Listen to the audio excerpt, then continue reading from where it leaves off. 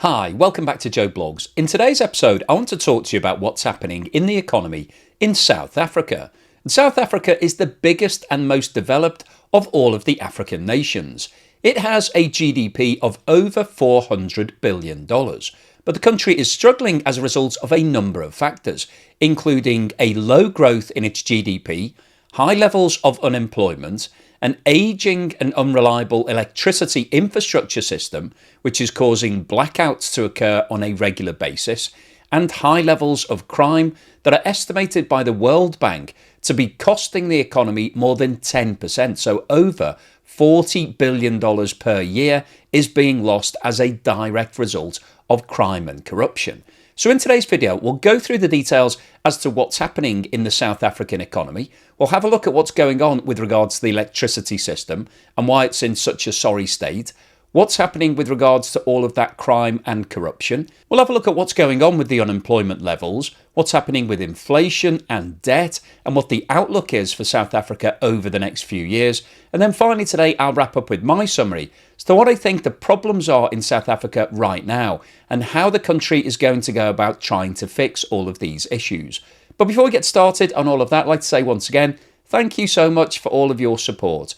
If you've bought me a coffee or sent me a YouTube super thanks recently, thank you so much for that. It really means a lot to me. I see all of those messages individually, don't have time to respond to all of them, but I do see them, so thank you for that. And if you're a long-term supporter of the channel, either through Patreon or Buy Me a Coffee membership or YouTube membership, thank you for that support. It really helps me financially, but also in terms of motivation and realizing that I must be doing something right with the channel. It keeps me going, keeps me thinking up new ideas for videos. So thank you so much for that ongoing support.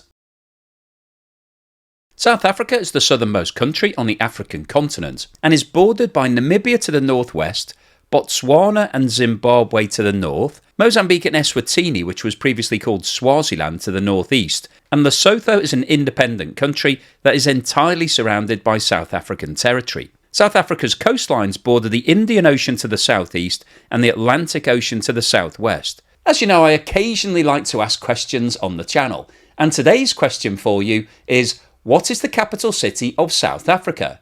Now, if you said Johannesburg, you would be wrong, because South Africa is actually the only country in the world to have 3 capital cities. Pretoria in the northern part of South Africa is the executive capital, Cape Town in the southern part is the legislative capital, and Bloemfontein in the centre of South Africa is the judicial capital. The current population of South Africa is around 61 million, and as you can see from its population pyramid, the population is actually stabilising. It doesn't have the traditional pyramidal shape that you see in a lot of African countries where the birth rate is extremely high. However, the population is still increasing and is expected to peak at around 76 million in around 40 years' time. South Africa is a mineral-rich country, having the world's largest reserves of platinum, the 3rd largest reserves of coal, the 6th largest reserves of gold, and the 7th of diamonds. However, unfortunately from South Africa's point of view, it doesn't have significant oil reserves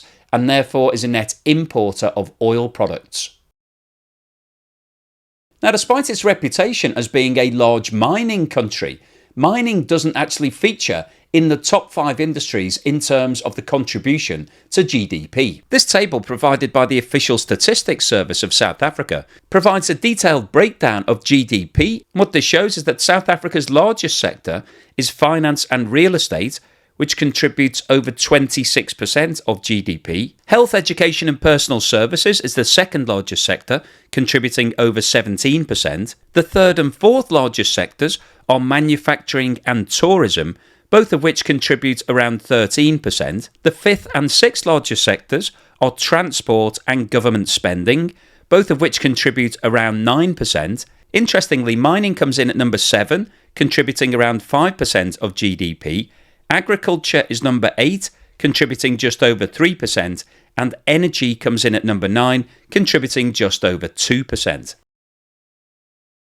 Now, the problems in South Africa are multifaceted and they're also interrelated. There isn't one single reason why the country is in economic difficulty right now.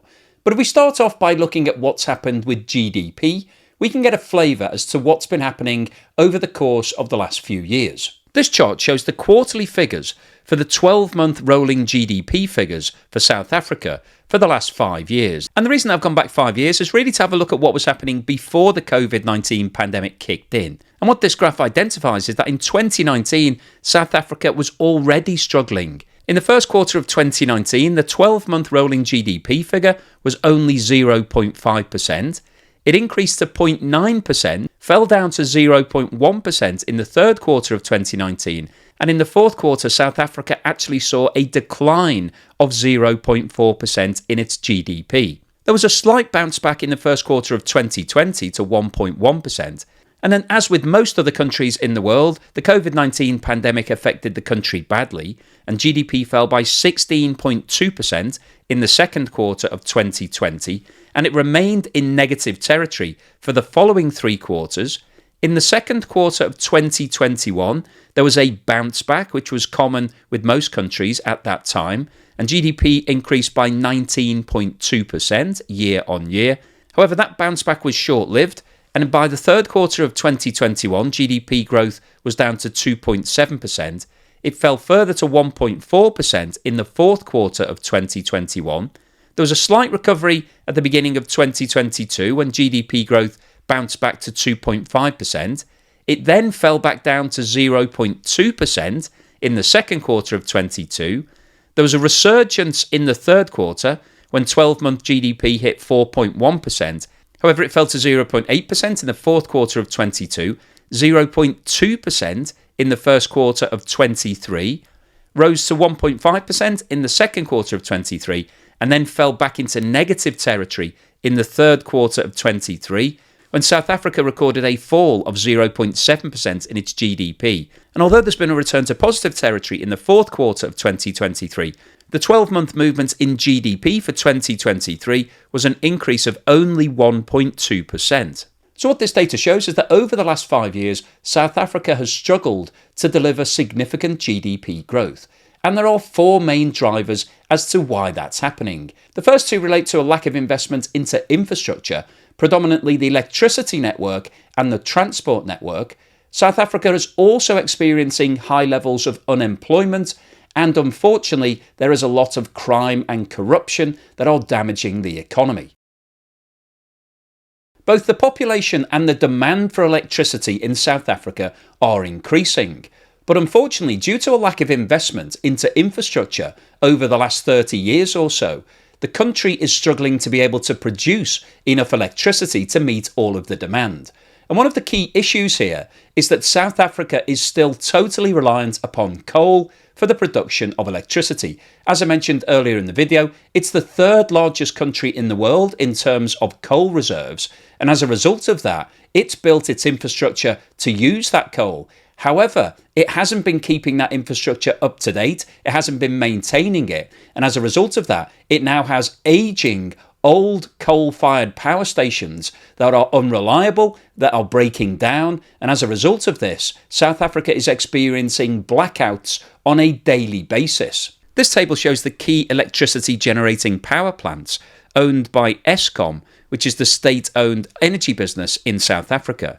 And as you can see, there are 17 power plants shown here, and the vast majority of them, 14, were built in the 60s, 70s and 80s. And for anybody that's thinking, well, the 1980s wasn't that long ago, was it? 1984 was 40 years ago. And in terms of coal-fired power plants, that is old. But as you can see, South Africa is relying upon a lot of plants that were built in the 60s and 70s. So we're talking about plants that are 50 or 60 years old here. And this graph, which was published by the official statistics agency Stats SA, shows the total amount of electricity generated in South Africa dating back to 2008. And the scale on the left-hand side of this chart measures gigawatt hours and goes from 16,000 at the bottom to 23,000 at the top. And what this shows is that the peak amount of electricity was actually generated back at the start of 2008, when South Africa generated over 22,000 gigawatt hours.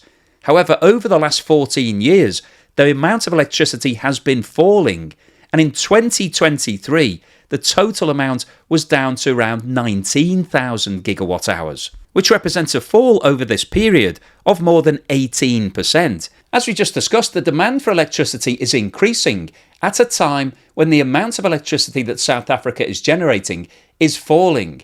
And the result of this is that South Africa has now introduced what they're calling load shedding.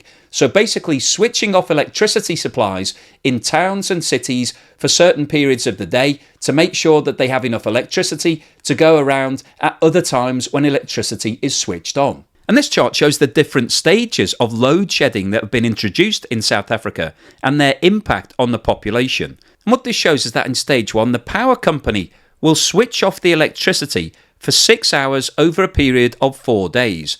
And that might typically be between 4 o'clock in the afternoon and 6:30 at night. And that would result in around 6% of the population being without power during those periods.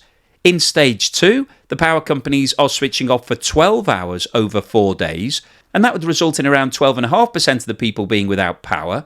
In stage 3, the power company is switching off for 18 hours over 4 days, which would mean around 19% would be without power. In stage 4, it's 24 hours over 4 days, which would leave around 25% of people without power.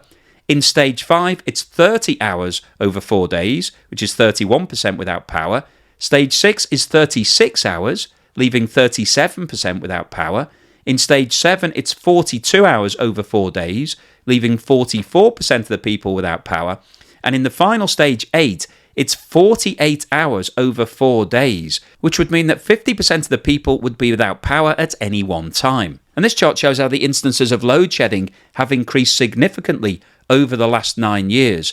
And the scale on the left-hand side of this chart shows the number of days per year that have been affected by load shedding. Now, interestingly, back in 2016 and 2017, there were no recorded instances of load shedding. They started in 2018, but were relatively few in number. There was an increase in 2019 and 20 and 21. However, in 2022, there was a significant jump in the number of days affected by load shedding. It rose to around 170 days, and in 2023, that figure has risen closer to 300 days. And when you take into account the fact that this graph is showing the data between January and September, that's basically every day of the year has been affected by load shedding in 2023. And this really tells us that the situation with regards to electricity generation in South Africa right now is critical. And of course, the key issue with regards to load shedding or blackouts is that if you're a business in South Africa and you're told that your electricity is going to be switched off for a long period during the day, potentially up to 4 or 5 or even 10 hours, then that's going to hit your productivity, because it means that you'll have to shut down your operations, you won't be able to keep working, and then even when the power does come back on, it might not be at the right times in terms of all of your workforce and everything that you're looking to do. So these electricity blackouts are not just inconvenient for people who are wanting to watch TV. We're talking about things that are having a huge impact on the economy of South Africa. Another major issue from South Africa's point of view is a lack of investment into its transport network. Over the last 50 years, there has been a lack of investment into road, rail and port infrastructure. And as a result of that, South Africa is struggling in terms of being able to keep all of its trade moving, and this is further impacting negatively on its GDP. The road network in South Africa is overloaded, congested, and it's slowing down business and causing major delays at the borders and also causing problems with the transfer of freight. However, one of the biggest problems that South Africa faces is that its freight rail, pipelines and ports are all owned by a former state-owned business called Transnet, and that business hasn't been investing into that infrastructure.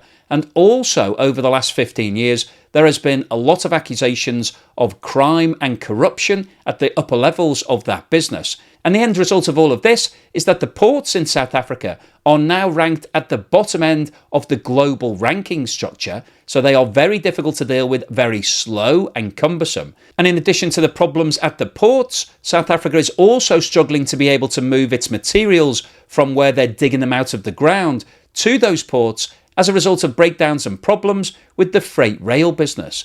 So this is a major problem because this isn't a private company that can raise large amounts of debt.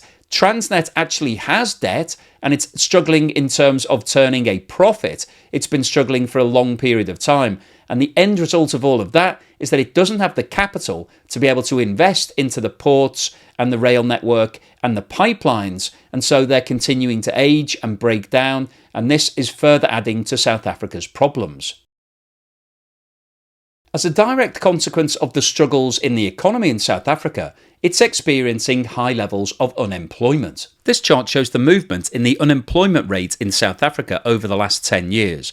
And what this shows is that 10 years ago, the level of unemployment was running at 25.2%, which is an extremely high rate. If we compare the rate to the current rate in the USA, which is 3.9%, it's obviously off the scale. However, South Africa is still a developing nation, and so it's not surprising that unemployment rates are into double figures. However, 25% is a high level. But if you look at what's happened over the last 10 years, there has been a significant and consistent increase in the level of unemployment.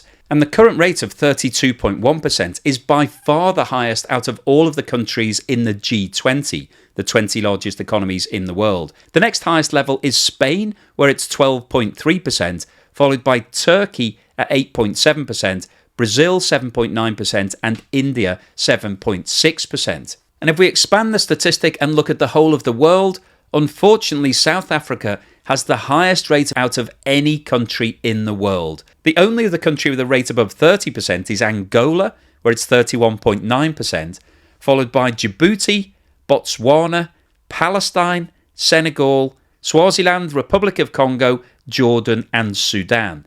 And when you look at all of the names on this list, South Africa stands out as it's the largest economy in Africa and certainly shouldn't be ranking at the top of this table. And this chart shows the movement in youth unemployment, so all people under the age of 24 that are looking for jobs over the last 10 years. And what this shows is that in 2014, youth unemployment was sitting at 53.2%, which is off the scale. More than half of all of the youths in South Africa did not have a job in 2014. But unfortunately, over the last 10 years, the situation has got significantly worse. And in the final quarter of 2023, the youth unemployment rate was recorded at 59.4%. So almost 2/3 of all people under the age of 24 that are looking for employment are unemployed. And if we compare that figure to the rest of the G20, you can see that it's more than double the next highest rate of 27.2% in Spain, followed by 20% in Italy and 17% in France. And once again here, South Africa has the unwanted accolade of having the highest youth unemployment rate in the whole of the world at 59.4%, being higher than 58.3% in Angola. And the next highest rate is only, and I say only in inverted commas, 37.3% in Palestine. So this really highlights the severe problem in South Africa right now. And obviously when you've got a growing population with a lot more people entering the workforce, if you have high levels of youth unemployment, that's going to cause severe problems because those people aren't earning any money, and therefore there is a potential that we could see an increase in crime rates. And that's exactly what's happening in South Africa right now. Crime and corruption levels are currently at extremely high rates in South Africa, and the World Bank recently undertook a study and published a report looking at the economic impact on South Africa's economy of this crime and corruption. And their assessment was that it was reducing GDP by 9.6%, which is almost $40 billion per year. So the direct impact of the crime is $40 billion. And this chart shows a breakdown of the World Bank's analysis, and it's been split into 3 different sections: transfer costs, protection costs, and opportunity costs. Now, transfer costs, as they've been called in this report, are essentially a euphemism for stolen goods, things that have been taken without the owner's consent. And this section's been broken down into 2 categories: household theft and business theft. And as you can see, the biggest impact is business theft, So losses of merchandise and services is estimated to have a 1.5% negative impact on total GDP. Extortion has been calculated to remove 0.7% of total GDP each year, and infrastructure theft such as copper is estimated to reduce GDP by 0.1%. And in terms of personal robberies and property theft from households, that's estimated to reduce GDP by 0.3%, and the total negative impact of both robberies and theft in South Africa each year is estimated to reduce the GDP by 2.6%. The second category has been labelled by the World Bank protection costs, and this basically relates to all of the additional costs that individuals and businesses now have to pay as a result of the robberies and theft that are taking place across the country. And once again here we've got a split between households and business, and the biggest impact again is on businesses, and they're having to spend around 2.9% of total GDP on security spending every single year. So this is basically security guards and systems and insurance and all of the related costs if you want to protect your business from robbery and theft. And in terms of households, the estimate is that 1.3% of total GDP is being lost as a result of households having to spend extra on security and insurance each year. And the final category here is what the World Bank is calling opportunity costs. And this is basically lost business and revenue as a result of all of the crime that's currently taking place in South Africa. And this time we've got a split between business and the South African state. And the impact from both of these is actually split evenly. It's estimated that the shortfall in tourists, so people deciding that they don't really fancy going on holiday to South Africa because there's a risk of something bad happening, that's reducing GDP by 1.1%. And the higher transport costs as a result of the issues with regards to crime have taken a further 0.3% from GDP. And on the state side of things, the state is having to spend significantly more on security spending as a result of all of the crime, and that's reducing GDP by 1%. And there are further opportunity costs of things that would have potentially happened but can't happen because of the fear of crime, and that's reducing GDP by 0.4%. So in terms of the summary here, the direct impact of both the crime and then the threat of future crimes is reducing the total GDP in South Africa by 9.6%, or around $40 billion every single year. So what's the potential outlook over the next few years from South Africa's point of view? This chart shows the breakdown of the forecast levels for GDP for 2024, 2025 and 2026.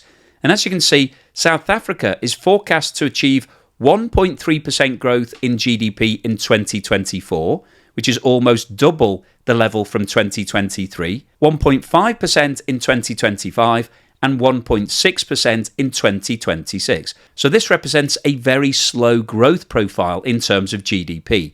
And if we look at the breakdown as to where that GDP is being driven from, agriculture is expected to deliver around 2% growth in all 3 years.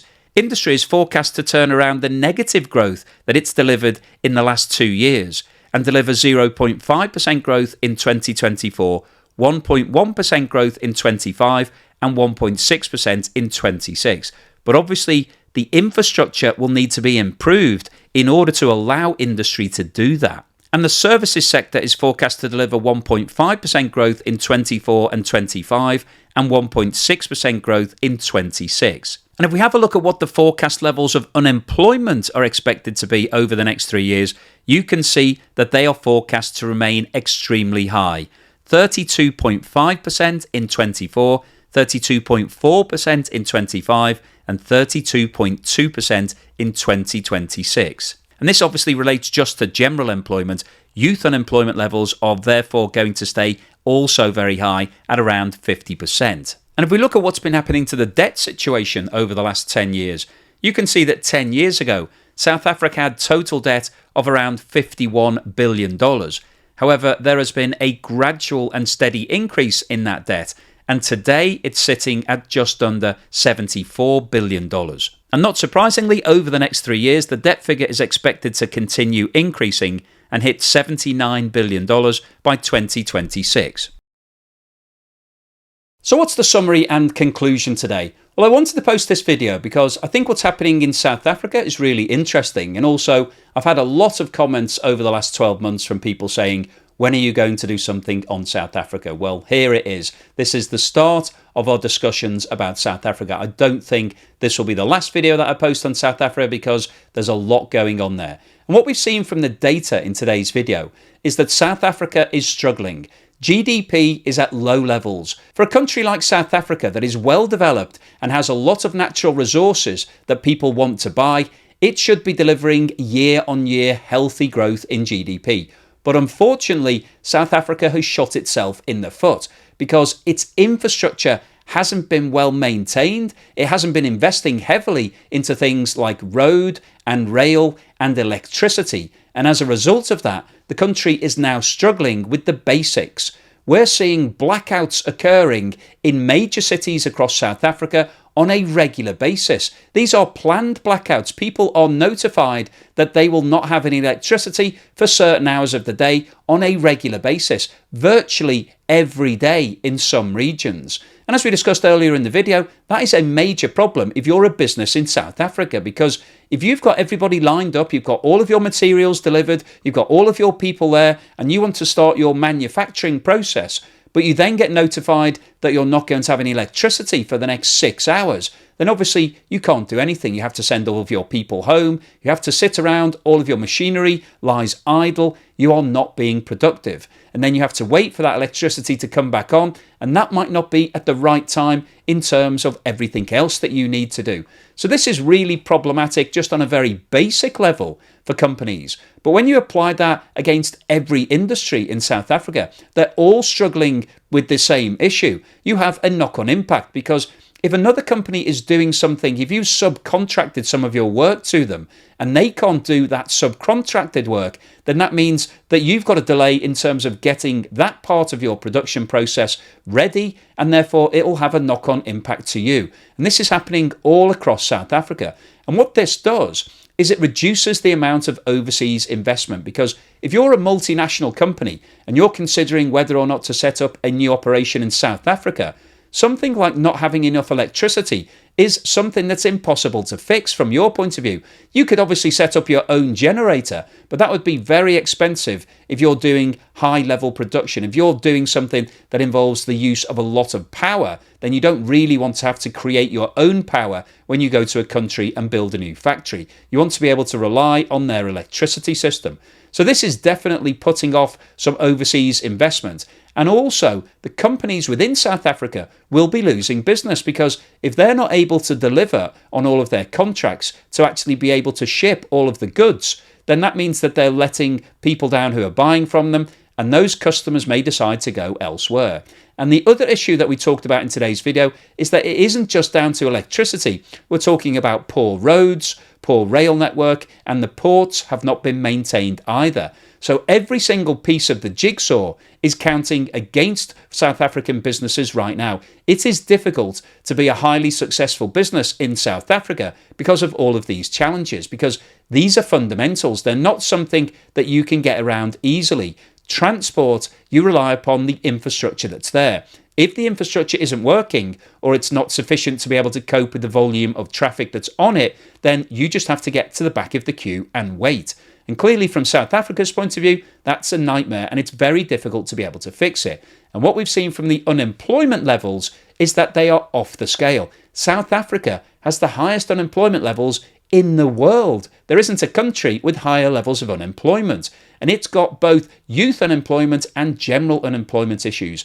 And youth unemployment is running at more than 50%. So that means that over half of the people coming out of school don't have a job. And in South Africa, there isn't a big social security network to be able to rely upon. So that means that people are just having to find money from somewhere to be able to exist. And partly as a result of those issues, crime in South Africa is now running at extremely high levels. And this is having a hugely negative impact on the overall economy. It's been estimated by the World Bank to be dragging down the GDP by $40 billion every single year. And once again, this is something that's very difficult to fix, because one of the reasons why there is a high level of crime is because of the high levels of unemployment. And the reasons why there are such high levels of unemployment are linked to what's happening with the infrastructure in the economy, which is linked to the lack of investment in that infrastructure. And so this is something that's going to be very difficult for South Africa to fix, because you can't just magically wave a wand and have all of your road network and rail network and ports and electricity infrastructure fixed overnight. It simply doesn't happen. Now, one thing that we haven't discussed so far in this video is that there is a general election planned for the 29th of May in South Africa, and it's likely that a new government will be voted in. It potentially may be a hung parliament in terms of nobody having a direct majority. And that's always a problem, because you then have to agree a consensus as to what's going to happen. And that could potentially mean that it's going to be difficult to get things approved through Parliament. And so we may not see anything being agreed in the near future until we have some form of stable government in place. But the overall summary of today's video is that what's going on in South Africa right now is a real problem. GDP is running at very low levels. There are problems with regards to the infrastructure in South Africa, the roads, the rail, the ports, and the electricity generation. That's resulting in blackouts occurring virtually every single day in most cities around South Africa. That's reducing productivity. That's resulting in high levels of unemployment, which is now resulting in high levels of crime. And we have got a really vicious circle here that's going to be really difficult to fix. So hopefully you've enjoyed today's episode, you found it useful, informative, and thought-provoking. If you've liked what I've said, then please give me a thumbs up. Thank you for watching this video all the way through to the end, and here's something to put a smile on your face.